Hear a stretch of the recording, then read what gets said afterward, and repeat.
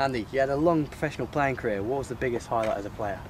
I would have said probably saving a penalty at Wembley in the playoff final. Yeah. That was a nice moment, and I would say probably that rates quite highly out there.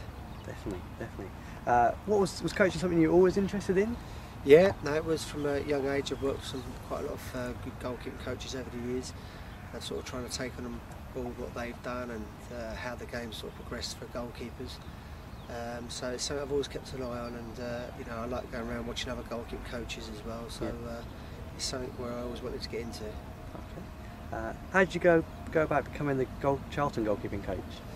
Well, I was at West Ham in the academy working with Tony Carr, and obviously last season Alan Pardew was the manager of West Ham, and obviously from West Ham, Alan Pardew come to Charlton, and the position came up this year, and to my surprise I got a phone call in the summer asking if I'd like to be the first team goalkeeping coach. So it was quite a rapid progression, but one where I wanted, you know, it was leaving a big club like West Ham was you know, tough in that respect, but obviously I wanted to be training first team goalkeepers.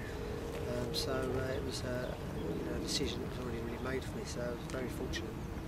How many hours a week do you spend training the full-time keepers at Charlton? We try get an hour and a half a day, but you know, that's out on the training pitch. We watch a lot of videos and watch a lot of videos on opposing teams. So we do a lot of work in the pro zone room as well. So I would say, you know, on average we sort of 2.5 hours a day. We, you know, just on our actual goalkeeping, and that's without our gym work we do, and the various other bits and pieces off the pitch. So yeah, we have a good working week. How do you go about planning your sessions? Do you plan on a daily basis or on a weekly basis? I generally plan my sessions sort of on a daily basis, you know, because obviously Robbie might play in the reserves one night, so and Nicky Weaver wouldn't have played on a Saturday, so you know, you've got to sort of balance your training to make sure that you're adapting, you know, for the goalkeepers and the games they've played. You know, whoever's playing in the first team, you know, gets the work that needs for playing on a Saturday, because at the end of the day, it's the first team results are important.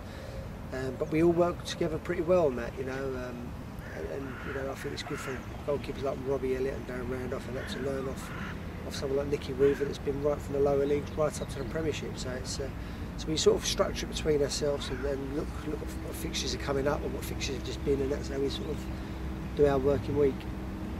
Does Alan Pardew give you many directions on what to work on, or is it mainly No, I'm very lucky like that. The manager gives me a free rein with the goalkeepers. I'm pretty sure if the goalkeepers were playing badly, he'd have something to say. But I'm very fortunate like that the coaching staff, you know, are confident in the work I'm doing with the goalkeepers. So. And you know, I'd like to think their sort of performances have reflected the work and the understanding we've got of each other. You're a published author with Gareth Southgate.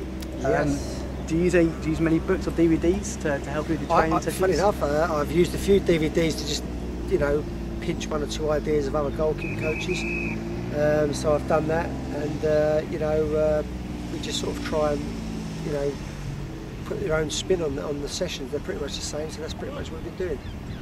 And lastly, how important is it for players, and especially goalkeepers, to have the proper sort of goalkeeping equipment to play in? I'll get a mistake out there, the manager.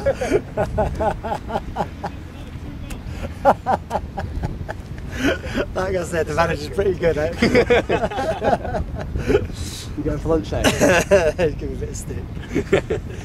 So how important is it for players, especially goalkeepers, to have the proper goalkeeping equipment? Oh, it's vital. It's vital. I mean, the way the game's changed, the evolution of the balls and the boots, and so, you know, the goalkeeping equipment's you know, massive, and you know, I have to say Selsport's been a glove I've used all throughout my career, and I just think they've progressed, you know, well with the adaptation of all the different boots and techniques players use. So it's vital, absolutely vital. Thanks a lot, Andy. Thanks for your time. Cheers.